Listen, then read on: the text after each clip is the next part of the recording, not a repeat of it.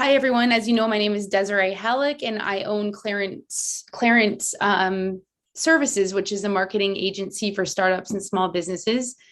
And I thought we'd just do more of a casual thing today. I took Lisa's spot. We switched. And I thought we'd talk about items that you should be thinking about for your 2022 plan if you haven't already done it, especially for small businesses and startups. A lot of people don't even have a marketing plan. So they just sort of fly by the seat of their pants and, they try to figure it out as they go along. So I'm going to give you guys a list of things that you should be thinking about for your marketing strategy. I'm going to share my screen. Can you see it? We can. Okay. Okay, so it's just the one slide. So we're going to go over all of these things. The first thing that I would say is to create goals. And the way you're going to do that is understand what key performance indicators or KPIs that you can use to actually measure whether you are reaching your goals. So you want to know that with your marketing strategy and implementation plan, are you actually meeting your goals? And you need it quantifiable.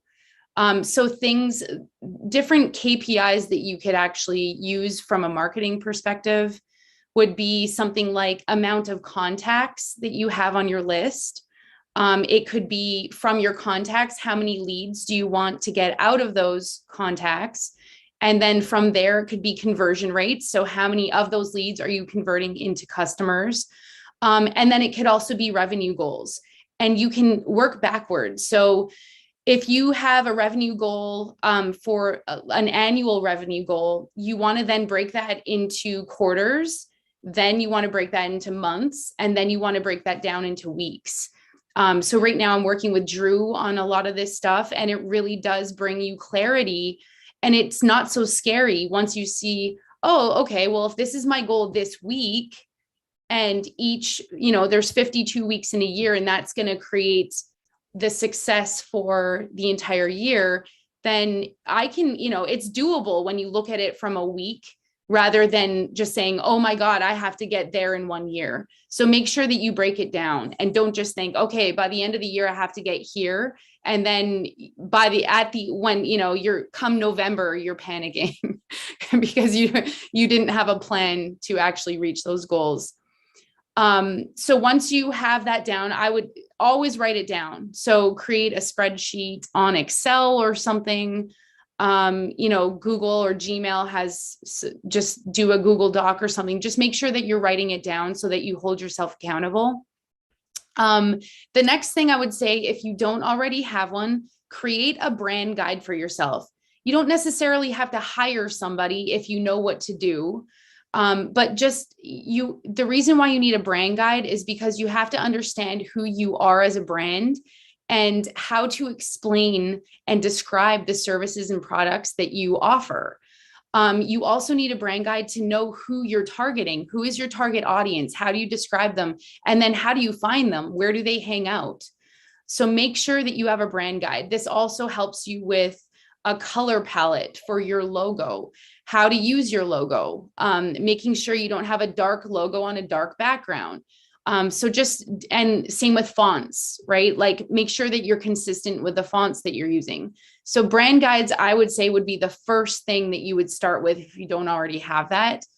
Then you want to have an updated website. You can call Paul for this because he's very good at that. Make sure that your website is updated. It is responsive for mobile because so many people use their phones these days to look up websites. So make sure that it's responsive. Make sure you have all of your contact information very easily noticeable on your site.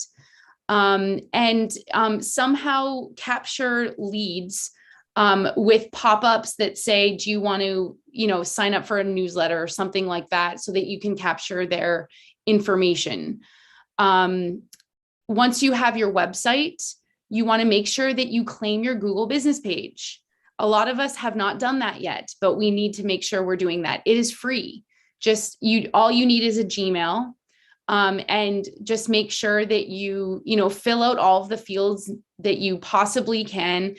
post events that are happening with your business. You can add your products and services with pricing if you want to. The more that you can be active on your Google business page, the better your business is going to rank. And it gives you control over the actual information that Google is pulling up about your business. So make sure that you claim your Google business page. The next thing, yep. Desirae, can I ask a question about that? Yes. Yeah. You just said that to claim your Google business page, you need to have a Gmail. Does that Gmail need to be tied to your business? Like I have a Gmail account, but it's not my business email. Yeah, no, it doesn't have to, you don't have to have a, like an @clairantservices.com. Is that what you're saying? Yeah. Yeah, no, you don't have to. You don't have to have that. You can still claim your business. You just have to, like, you look it up on the search and then it will come up your business if it's a registered business. If not, then you can add it to it. But no, you don't have to have a business email for it. Okay. Thanks. And if you have issues, just let me know. Just like text me or something. Okay, great. Thank you. Okay. So for social media, I always tell you, everybody and all my clients, you don't have to boil the ocean. You can choose your platforms because there are so many these days. You want to make sure that you're choosing the platform where your target audience is hanging out the most. It's very easy to do research on that. Just Google it and figure out the demographics of who's hanging out on which platform. And then you want to make sure that you are posting every day, post 5 days a week, good quality content that your target audience will be interested in. Make sure you're, kind of changing up the mode of your content, like add images and videos. Make sure you're always linking to your website, because in the end, that's why you're there. You want to drive traffic to your website. It's really great to have a blog. I'll talk about that in a couple more bullet points. But on social media, you can always give little teasers, like a sentence or two, and then link through to get more information on that topic. And then that will then send more traffic to your website, which is where your blog should live. So social media is very important. And make sure that your expectations are set properly for social media, because a lot of people think social media is this lead generating tool. It's not really, unless you're doing paid ads, it may be, but social media is more of that validation tool. When somebody's going to Google your name and maybe you're up against a couple competitors in your industry, and a potential customer is going to Google all of you. And if you're not on social media, or if your presence on social media is poor, and your competitors are always giving good quality content, they're showing that they're thought leaders in the field. Who would you go with, right? You're going to choose the company that has the best online presence, right? So make sure that you're adjusting your expectations for social media. Always be growing your followers. The more followers you have, the more impressions you're going to make on people. And then it's just more of a snowball effect after that. So post consistently and make sure that you're providing good quality content.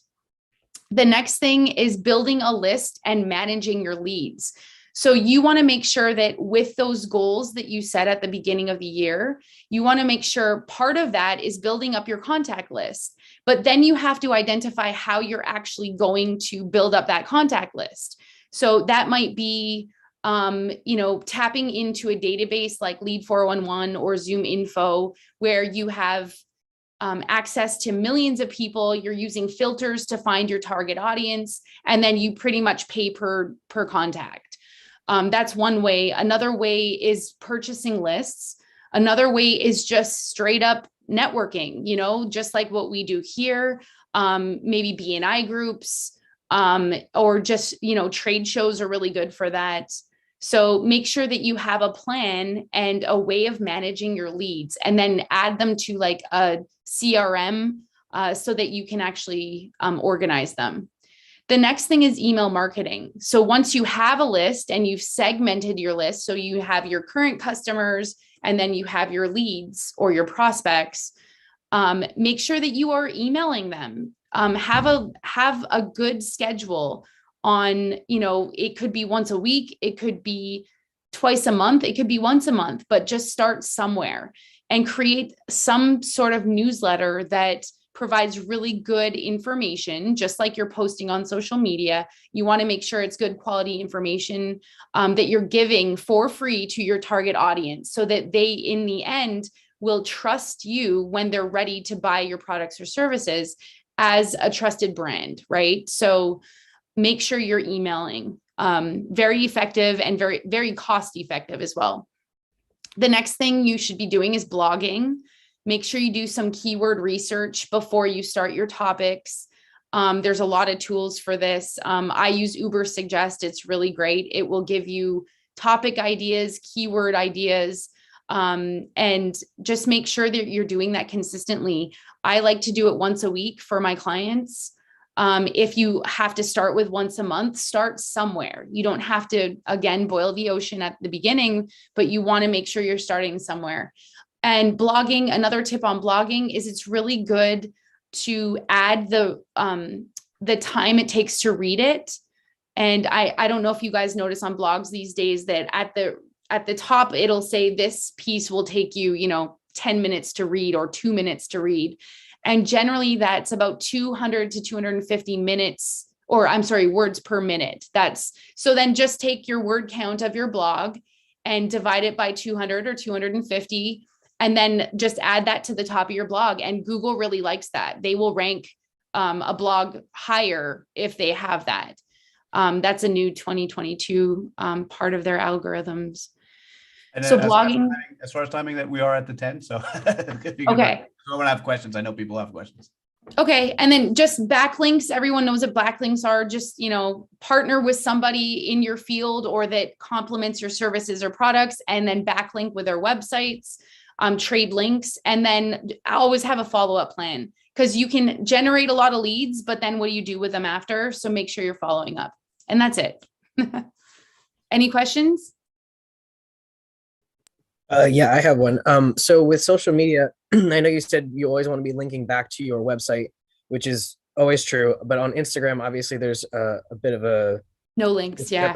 There. Yeah. So you can't really post links in the thing. Obviously, you put link in bio, but you can only put one link there. So is there any workaround for putting direct links in posts on Instagram, or is that just like a dead area? I mean, you're not supposed to. Instagram is a lot more of a visual thing, right? So a visual platform.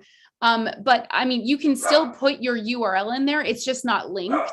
So someone, if they really want to, they can copy and paste it. So that's not but I would use your other social media platforms to actually link to you, but there really is no way around it, to be honest, not on Instagram. Linktree was actually built for Instagram, and I highly recommend Linktree. And just from our traffic, Robert Bura only has a Linktree, and it's one of the main drivers of traffic to, on an individual basis to Relax Teams. So Linktree works. Yeah, I was going to recommend the same thing. Nice. Can you post on Instagram from a desktop, or it still has to be phones? You can post from a desktop. Like pictures from a desktop onto Instagram? Okay. Recently, It was changed a little while ago. Okay, good. Okay. Desirae, when you were talking about blogging, you mentioned, was it Uber Connects? What? Uber Suggest. Uber, UBER? Yep. Yes. Yep. I put it in chat. I try to do that from now on. When people mention something, I'm trying to put it in chat. Okay, Thank you. Another quick question with blogging. I know you said you want to be giving out, like relevant information that's like, good for your clients and all that kind of stuff. With a bookstore, there's not really any educational materials or anything like that. Is there like a tip on things that are fun aside from, hey, here's what's new in the bookstore, or like, here's what sales are going on? Like, I mean, what about like events with authors, or even ways to write books, or, like how to become an author, things like that, like, kind of branch out aside from people buying books. think about what else would they be interested in, illustration, you know, anything to do with writing or reading, or that's just the top of my head right now, but Okay. yeah. And Jake, you can quote the actual book and then say, and you can have the rest of it.